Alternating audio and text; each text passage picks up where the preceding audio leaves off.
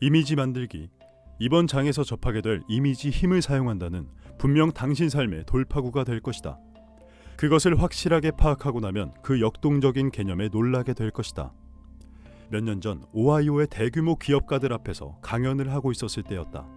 그 당시 나는 이미지 만들기에 관한 개념을 설명하고 있었는데 강연 도중 나이 지긋한 신사가 당당하게 일어나 청중 앞에서 자신의 경험을 말하는 것이었다. 나이를 65세라고 밝힌 그는 이미지 만들기에 관한 책도 많이 읽었고 연구도 많이 했으며 그것에 대한 토론도 수없이 많이 했었지만 지금껏 그 의미를 진정으로 이해하지 못했다고 말했다. 이번 장을 앞으로도 계속 반복해서 수백 번이라도 읽고 또 읽기를 바란다. 대다수의 사람들은 이미지 만들기에 대해 이해하지 못한 채 살다가 삶을 마감하기 때문이다. 비록 이 책의 주제는 돈이지만 일단 이미지 만들기에 관한 개념을 확실하게 파악하고 나면 당신은 원하고 있는 어떤 것에도 이것을 적용할 수 있다. 나 역시 언제부터 이미지 만들기를 이해했는지 정확한 날짜를 기억할 수는 없다. 다만 지금껏 살아오면서 터득한 그 어떤 이론도 이미지 만들기만큼 나를 변화시킨 게 없었음은 확실히 말할 수 있다. 이미지 만들기에 대한 개념을 알게 되면 당신의 의식은 경쟁적인 사고방식에서 창조적인 사고방식으로 바뀌게 될 것이다. 매사 경쟁하던 생활태도 역시 사라지게 될 것이다. 정작 당신이 상대해야 할 적은 바로 자기 자신의 무지라는 사실을 깨닫게 될 것이다. 이미지 만들기는 나를 고무시키고 있다. 좀 더 구체적으로 표현하자면 이미지 만들기라는 개념을 당신에게 알릴 수 있게 된 것이 너무나도 흥분된다. 나로 인한 새로운 개념이 누군가에게 막대한 영향을 끼쳐서 그들의 인생이 새롭게 펼쳐지고 그들이 더욱 성장하는 모습을 볼 때 나는 더욱 큰 보람을 느끼게 된다. 이미지 만들기란 개념에 대해 자세히 알아보기에 앞서 이해할 사실이 하나 있다. 이미지 만들기는 이미 우리의 생활 속속들이 들어와 있지만 대부분의 사람들은 그것을 알지 못하고 있다는 사실. 실제 우리가 인생에서 보는 모든 것은 이미지 만들기의 과정을 거쳐 만들어진다.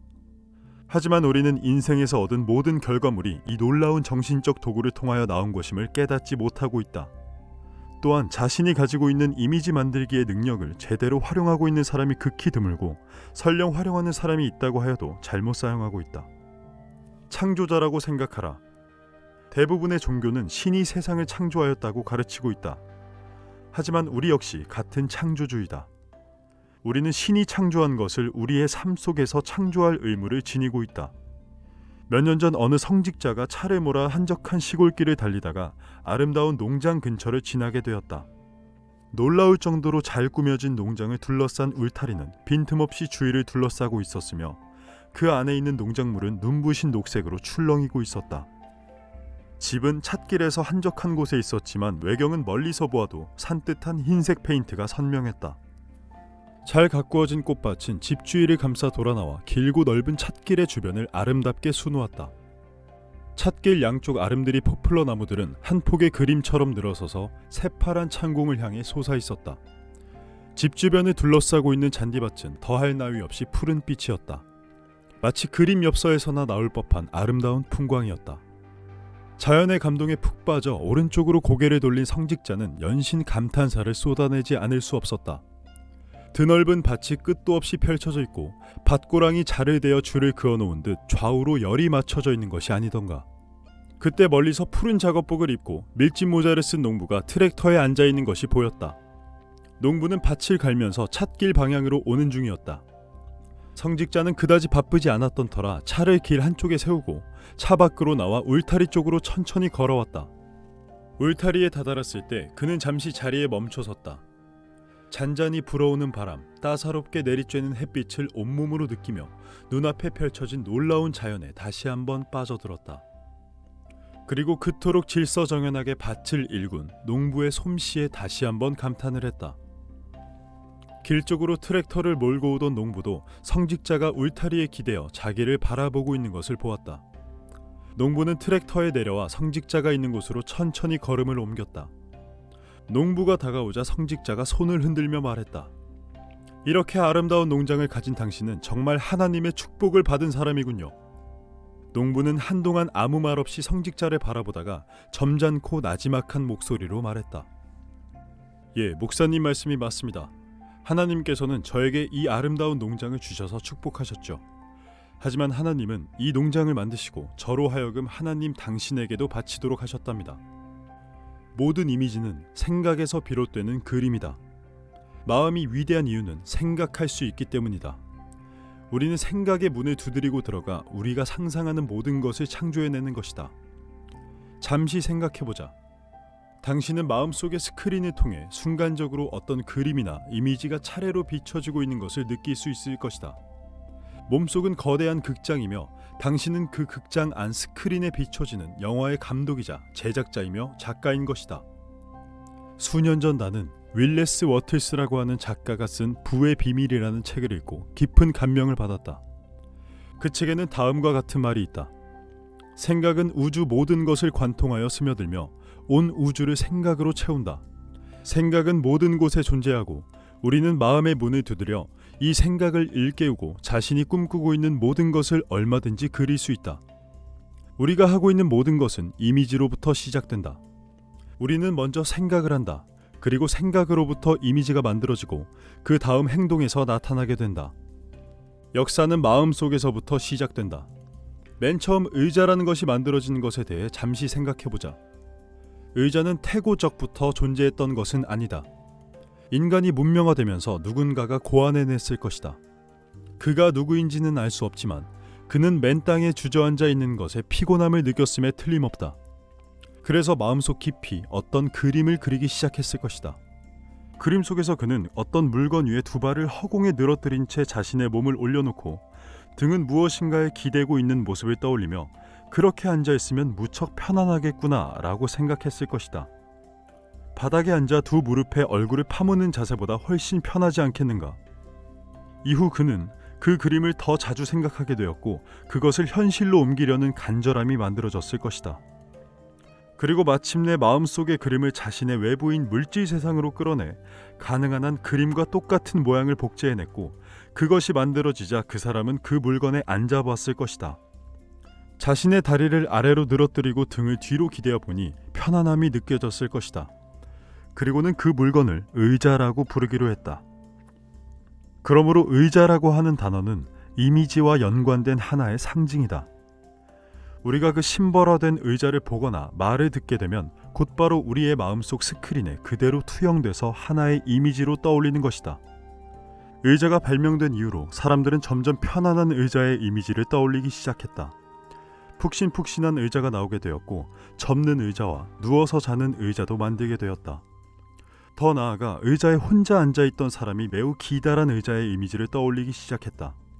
그는 곧 기다란 의자를 직접 만들어서 앉았고 매우 편안함을 느끼게 됐다. 그 의자는 소파라는 이름이 붙여졌다. 이런 이야기를 나열하자면 끝이 없을 것이다. 나무 아래에서 잠자는 것이 불편해지자 자기 머리 위에 지붕을 얻는 이미지를 떠올렸던 것 역시 마찬가지다. 거대한 아파트 단지가 원시시대의 동굴에서 출발했는가 하면 라이트 형제가 마음속으로 하늘을 나는 그림을 그리는 바람에 우리는 그가 그린 놀라운 세상에 살고 있다. 코페르니쿠스는 지구 밖의 세계를 그렸으며 우리는 그 세계를 넘나들고 있다. 해를 거듭하면서 인류의 역사는 놀라운 지평을 열어가고 있다.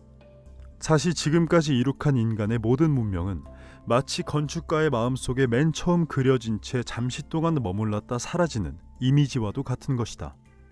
여러분도 자신의 인생을 개척해가는 운명의 건축가라는 사실을 기억하라. 이미지를 구체화하라. 세계적인 골퍼 잭 니클라우스는 자신의 마음속 스크린에 자신이 친 공이 공중으로 날아올랐다가 땅에 떨어져 굴러가는 이미지가 떠오르기 전에는 결코 골프 클럽을 손에 잡지 않는다고 한다. 니클라우스는 그것을 가리켜 영화 구경이라고 말하는데 그 영화 구경에 익숙하게 되자 그의 골프 실력은 세계적으로 명성을 떨치게 되었다. 더불어서 모든 명예와 부를 얻었다. 나는 앞에서 생각이 온 우주에 가득하여 모든 것을 관통하고 스며든다 라는 워틀스의 말을 인용했다. 말 그대로 여러분 내부와 주위는 물론 온 세상이 생각으로 가득 차 있다. 이것을 이해했다면 자신의 마음속으로 들어가 마음속 스크린에 그림을 그려보도록 하라. 원하는 만큼의 돈을 가지고 있는 자신의 모습을 그림으로 그리고 필요한 것들을 마음껏 사면서 원하는 삶을 누리고 있는 모습을 떠올려보라.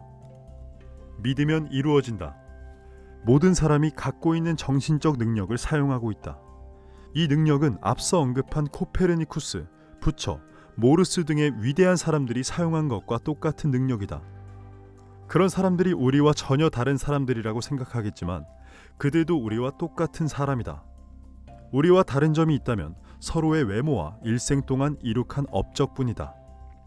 우리는 모두 서로 다른 신체 조건을 갖고 있을 뿐더러 정신적 재능 또한 각기 다른 분야에서 사용을 한다. 하지만 기본 원리는 다르지 않다. 내가 말하는 것이 말도 안 되는 소리라고 말하는 사람들이 있겠지만 그런 사람들은 어디에나 존재하고 있고 실제로는 그렇게 많지 않다. 당신이 가지고 있는 재능이 과거의 위인들과 전혀 다르지 않다는 것을 위대한 지도자들은 흔쾌히 동의할 것이다. 2000년 전에 위대한 일을 하셨던 예수님도 내가 하는 일을 너희도 할 수 있다 라고 말했다. 나아가 더 위대한 일도 할 수 있다고 했다. 그의 말을 믿어라. 그는 진실을 말하고 있는 것이다. 더러 그분의 말뜻은 그런 게 아니라고 하는 사람도 있겠지만 나는 분명히 말할 수 있다. 예수는 진실을 말한 것임을. 그것을 볼 수 있고 믿을 수 있다면 당신은 그것을 할 수 있다. 나폴레온 힐은 자기의 전 생애에 걸쳐 세계 500여 도서관을 돌아다니며 자료를 수집했다. 그의 한평생 연구 자료들은 자신의 저서인 놓치고 싶지 않은 꿈 나의 인생에 썼다. 그 책에는 다음과 같은 말이 핵심적으로 요약되어 있다. 마음속에서 수용하고 믿으면 이루어진다. 그 말을 믿은 많은 사람들이 그대로 그것을 입증하고 있다. 당신도 그 말을 입증할 수 있다. 마음속 스크린 위에 자신이 원하는 모든 이미지를 그려놓고 어떤 일이 생기는지 그냥 지켜보라. 어떠한 어려운 시련이 닥쳐도 마음속에서 자신이 번영하는 그림을 유지하는 것이 중요하다. 간혹 일순간 자신이 처한 외부 사항으로 뒷걸음질 치고 있는 게 아닌가 하는 생각에 뛰쳐나가려는 욕구를 느낄 수도 있다. 여기서 중요한 것은 인내이다. 오직 자신의 번영에 대한 이미지를 유지하며 지금 일어나고 있는 상황은 더 좋은 결실을 맺기 위한 것이라는 사실을 기억하라. 나폴레온 힐은 그의 저서 놓치고 싶지 않은 꿈 나의 인생에서 인내에 관하여 꽤나 길게 설명하고 있다. 그는 인내라는 단어는 획기적인 의미를 담고 있지 않아도 인간의 모습과의 관계는 철과 탄소 같은 관계이다 라고 말했다. 또한 토머스 에디슨이나 헨리 포드가 세상에 다른 사람들과 다른 점이 있다면 인내심에 관한 것이라고 말한다. 즉, 두 사람과 세상 사람의 차이는 인내심에 있다. 그들은 자신만의 이미지를 굳게 유지하는 한편 다른 요인이 그 이미지에 파고들지 못하게 했다. 그 결과 한 사람은 이 세상을 빛으로 밝게 비추었고 또 한 사람은 바퀴로서 세상의 이름을 드높였다. 물론 두 사람은 그에 상응하는 상당한 부의 대가를 받았다. 돈은 자신이 제공한 서비스에 대한 보상이다. 둘은 온 인류에게 엄청난 서비스를 제공했으며 그들이 받은 대가는 서비스의 결과이다. 풍요의 이미지를 그리고 인내하라. 이미지가 현실화되는 방법이 곧 나타나게 될 것이다.